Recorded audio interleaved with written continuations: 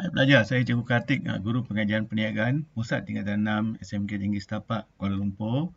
So hari ini Cikgu nak bincang bab yang kedua, iaitu dalam pengajian perniagaan SPM Penggal 1 berkaitan dengan pengeluaran. Okay?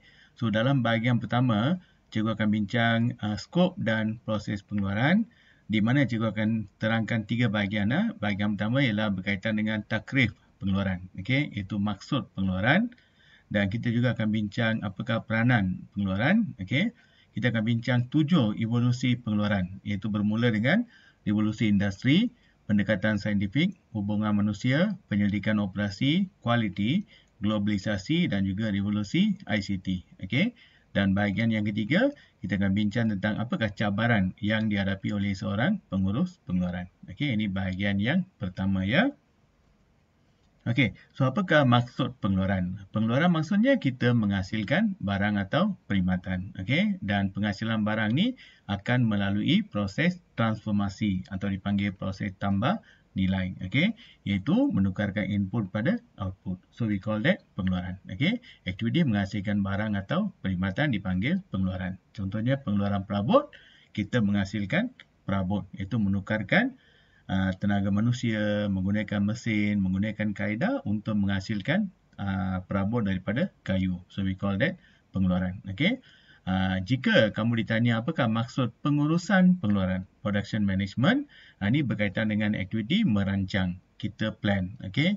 Kita arrange atau menyusun, kita menggabung dan mengawal sumber-sumber dalam organisasi untuk menghasilkan barang ataupun menyediakan perkhidmatan. So, pengurusan pengeluaran ini melibatkan aktiviti perancangan. Okay?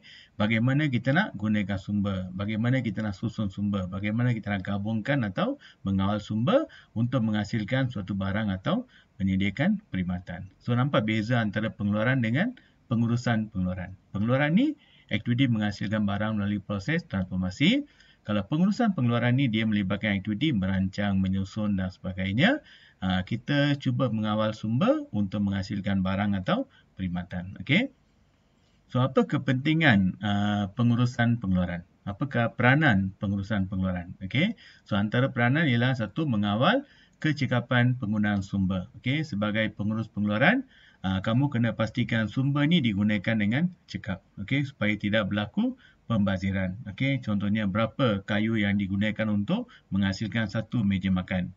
Berapa pekerja terlibat dalam penghasilan satu meja makan. Itu berkaitan dengan penggunaan sumber. Okay?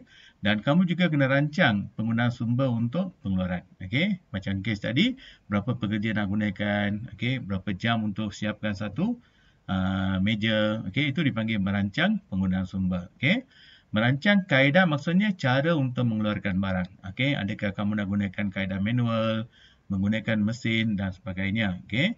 Mengawal selia kelancaran proses pengeluaran. Okay? Supaya pengeluaran ini berjalan dengan lancar tanpa gangguan. Okay? Gangguan berlaku jika ada kerosakan mesin, kekurangan bahan mentah, pekerja tak cukup dan sebagainya. Jadi kamu sebagai pengurus pengeluaran kena pastikan sumber-sumber ni sentiasa ada supaya pengeluaran berjalan dengan lancar. Okay? Kamu juga bertanggungjawab untuk menghasilkan output, itu barang akhir kepada pengguna. Mengawal kualiti produk dan perkhidmatan. So, mutu merupakan aspek yang paling penting. Okay? Barang yang bermutu maksudnya pengguna suka beli barang kamu, imej perniagaan akan meningkat. Jadi, kamu kena pastikan produk atau perkhidmatan yang kamu sediakan ni bermutu atau berkualiti. Okay? Dan satu lagi perkara penting adalah mengawal kos semasa pengeluaran. Okay? Kos semasa maksudnya termasuklah upah pekerja, bahan mentah, okay? Bayaran untuk elektrik, sewa bangunan dan sebagainya. Okay? So, kos semasa akan memberi kesan pada harga barang yang kita keluarkan. Jika kos semasa tinggi, harga akan meningkat dan ini menyebabkan keuntungan kita akan merosot sebab pengguna tak nak beli barang kita. Jadi, kamu sebagai pengurus pengeluaran, kamu kena kawal kos semasa untuk aktiviti pengeluaran. Okay? Pastikan keperluan dan kehendak pengguna dipenuhi, iaitu kita keluarkan barang mengikut spesifikasi atau citarasa pengguna. Okay? Dan akhir sekali, memastikan produktiviti adalah maksimum. Produktiviti maksudnya daya pengeluaran. Okay? Berapa barang yang mampu dikeluarkan oleh seorang pekerja dalam perniagaan kita. Okay? Lagi tinggi daya pengeluaran, lagi baguslah atau lagi banyaklah pengeluaran yang kita dapat hasilkan. Okay? So syarikat yang mencatat produktiviti yang tinggi atau daya pengeluaran yang tinggi akan mencatat kadar keuntungan yang tinggi. So ini antara peranan pengurusan pengeluaran. Okay? Okey, kita pergi kepada evolusi pengeluaran. Evolusi maksudnya perkembangan dalam pengeluaran. Okey. So evolusi pengeluaran ni bermula dengan revolusi industri di England. Okey. Di negara England, sebelum wujudnya revolusi industri, pengeluaran ni berlaku sebagai industri kampung. Okey, pengeluaran ni berlaku di secara kecil-kecilan. Dipanggil cottage industry atau industri kampung. Dan revolusi industri ini bermula pada tahun 1760 di mana James Watt telah memperkenalkan enjin steam. Okey, itu adalah perkembangan yang berkaitan dengan revolusi industri. Okey.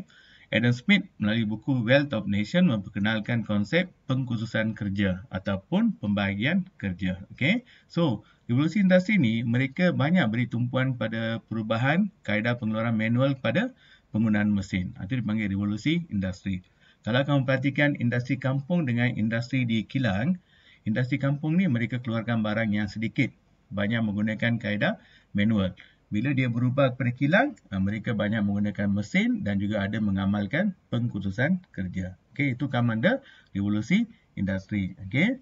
Diikuti oleh pengurusan saintifik. Okey, iaitu teori pengurusan ini diperkenalkan oleh Frederick Taylor. Okey. So mengikut Taylor, pekerja perlu ada piawai atau standard. Okey, contohnya bagaimana kita nak melatih pekerja, okey?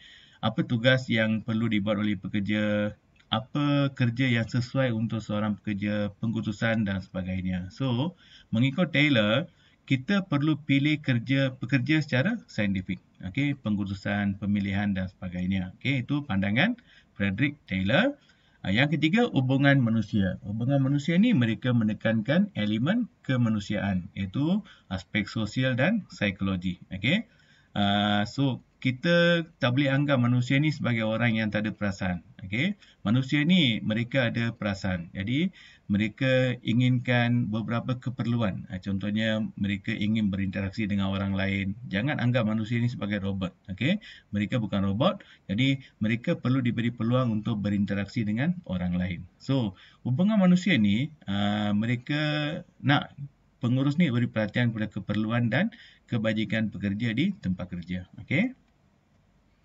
Kualiti. Okay? Perkara yang keempat ialah berkaitan dengan kualiti, iaitu penekanan pada mutu produk. Okay? Kita cuba keluarkan barang yang tak ada defek atau kecacatan. Okay? Kita keluarkan mengikut spesifikasi atau kehendak pelanggan dan kita juga cuba meningkatkan daya pengeluaran atau productivity. Okay?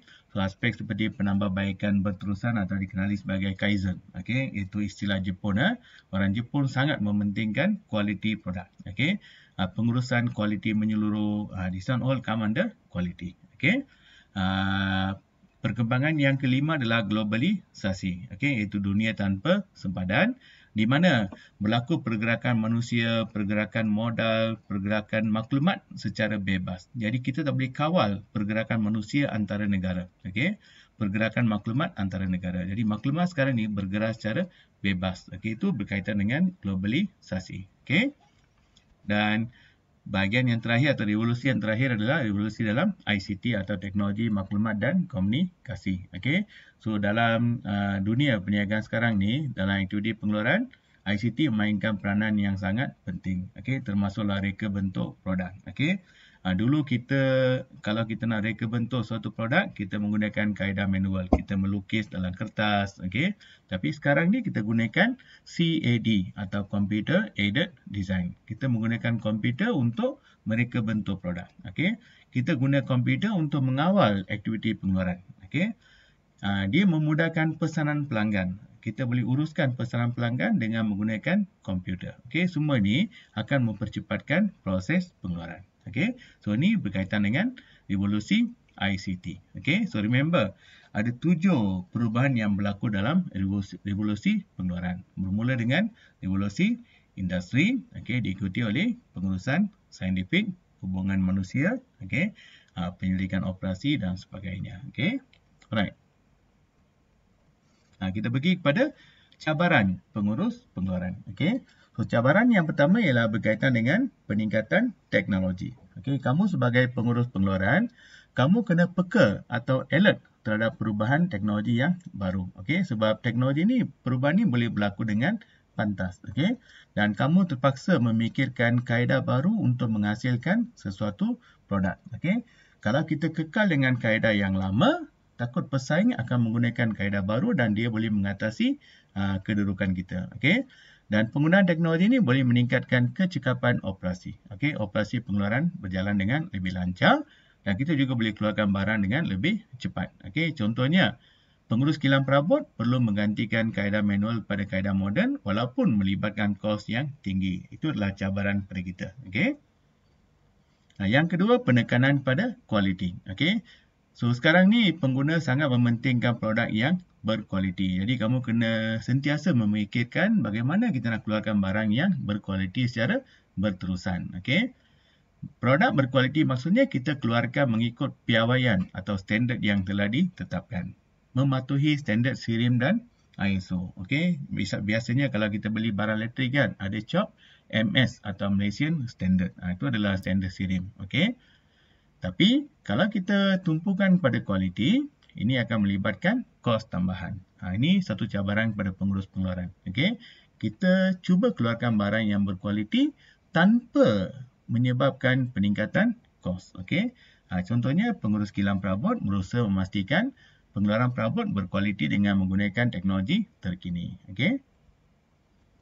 Okey, cabaran yang ketiga adalah isu penjagaan alam sekitar. Okey, kamu sebagai pengurus pengeluaran juga perlu peka atau alert tentang kesan pengeluaran ke atas alam sekitar. Okey, jadi kamu kena mengimbangi kedua-dua perkara. Alam sekitar dan juga motif syarikat sebagai mendapat keuntungan. Okey, kalau kita terlalu pentingkan keuntungan, boleh membawa kesan buruk pada alam sekitar sebab kita mungkin gunakan kaedah yang kurang mesra alam. Kalau kita terlalu tumpu pada kaedah mesra alam, ini boleh menjejaskan keuntungan. Jadi kamu kena mengimbangi kedua-duanya. Okay? Sebab sekarang ni, pihak kerajaan atau pihak berkuasa, masyarakat sangat mementingkan aspek kebersihan dan penjagaan alam sekitar. Jadi kamu kena ambil langkah-langkah untuk memelihara alam sekitar, menjaga alam sekitar. Okay, contohnya macam mana? Kita boleh uruskan sisa pengeluaran dengan baik. Okay, ikut peraturan yang telah ditetapkan oleh kerajaan. Okey. Contohnya, pengurus kilang perabot menggunakan sistem pengurusan sisa kilang seperti yang ditetapkan oleh pihak berkuasa. Okey. Okey, di sumber semakin berkurangan. Okey. Sumber di sini maksudnya boleh jadi sumber manusia, sumber bahan mentah, sumber kewangan dan sebagainya. Okey. Masalah kita sumber manusia terlatih ni semakin berkurang. Dan kamu kena pastikan pekerja sentiasa mencukupi. Macam di negara kita ni, kita banyak bergantung pada pekerja asing sebab Malaysia kekurangan pekerja. Okay? Sumber bahan mentah semakin berkurang. Okay? Jadi kamu kena pastikan bahan mentah sentiasa mencukupi. Okay? Sumber kewangan semakin kurang. Jadi kalau kamu nak beli mesin baru dan sebagainya, duit tak cukup. Okay? Jadi kamu kena pastikan sumber ni diuruskan dengan cekap. Okay? Contohnya, kekurangan bekalan kayu akan menjejaskan aktiviti pengeluaran perabot. Okay? Ini cabaran yang keempat. Okay? Cabaran yang kelima, flexibility. Flexibility maksudnya anjal, keanjalan dalam sistem pengeluaran. Okay? Sistem pengeluaran ni mesti fleksibel sebab permintaan pasaran ni sentiasa berubah. Bila citarasa pengguna berubah, permintaan pasaran pun berubah. Jadi sistem ni mestilah fleksibel. Contohnya perubahan dalam reka bentuk produk, saiz produk, kualiti produk dan sebagainya. Okay? So, kamu kena sentiasa alert. Okay? Peka tentang perubahan yang berlaku dalam pasaran dan sistem pengeluaran yang kita guna juga mestilah fleksibel. Sesuai dengan perubahan dalam permintaan pasaran. Okay? Contohnya, pengurus pengeluaran perabot perlu memastikan kaedah pengeluaran sesuai dengan perubahan corak permintaan perabot dalam pasaran. Itu cabaran yang kelima. Okay? Contoh soalan. Berikan maksud pengurusan pengeluaran dan nyatakan 3 kepentingannya. So, berikan maksud pengurusan pengeluaran, lepas tu berikan 3 kepentingan. Jadi, soalan ni ada 2 bahagian. Satu, berikan maksud pengurusan pengeluaran, lepas tu senaraikan 3 kepentingan. Okay? Soalan B, senaraikan 4 kepentingan pengurusan pengeluaran. So, antara jawapan ialah menghasilkan output, okey, menjaga kualiti barang, okey, menggunakan sumber dengan cekap dan sebagainya. Ini tak perlu huraian tapi make sure ayat dia lengkap, okey. Senaraikan 5 revolusi pengeluaran. Contohnya apa? Revolusi industri, okey, hubungan manusia, okey, globalisasi, revolusi ICT dan sebagainya. Okey, just sebut saja. Jelaskan 2 cabaran yang dihadapi oleh seorang pengurus pengeluaran pakaian sukan. Yang ini kamu kena kaitkan dengan pengurus pengeluaran pakaian sukan. Okey, itu 2 cabaran. Okey, 2 cabaran yang dihadapi oleh seorang pengurus pengeluaran pakaian sukan ialah satu, isu penjagaan alam sekitar. Okey, berikan satu uraian dan satu contoh. Okey, yang kedua, sumber semakin berkurang, berikan satu uraian dan satu contoh. Make sure kaitkan dengan pengeluaran pakaian sukan. Okey. Esei panjang, jelaskan 5 cabaran yang dihadapi oleh seorang pengurus pengeluaran makanan segera. Yang ni kena ada satu fakta, satu uraian dan satu contoh. Kaitkan dengan pengurus pengeluaran makanan segera. Okey. Okey, harap apa yang cikgu sampaikan ni bantu kamu untuk memahami bahagian pertama dalam bab pengeluaran, iaitu kita dah belajar tentang apakah maksud pengurusan pengeluaran, okey, kepentingan pengurusan pengeluaran, okey, berkaitan dengan revolusi atau evolusi yang berlaku dalam pengeluaran, okey. Bahagian yang keempat berkaitan dengan cabaran pengurusan pengeluaran. Okey, harap kamu faham dan jangan lupa subscribe dan like, dan jika ada sebarang komen bolehlah kamu kemukakan supaya cikgu boleh bantu kamu dan juga betulkan apa-apa kesilapan dalam video ni. Okey pelajar, bye.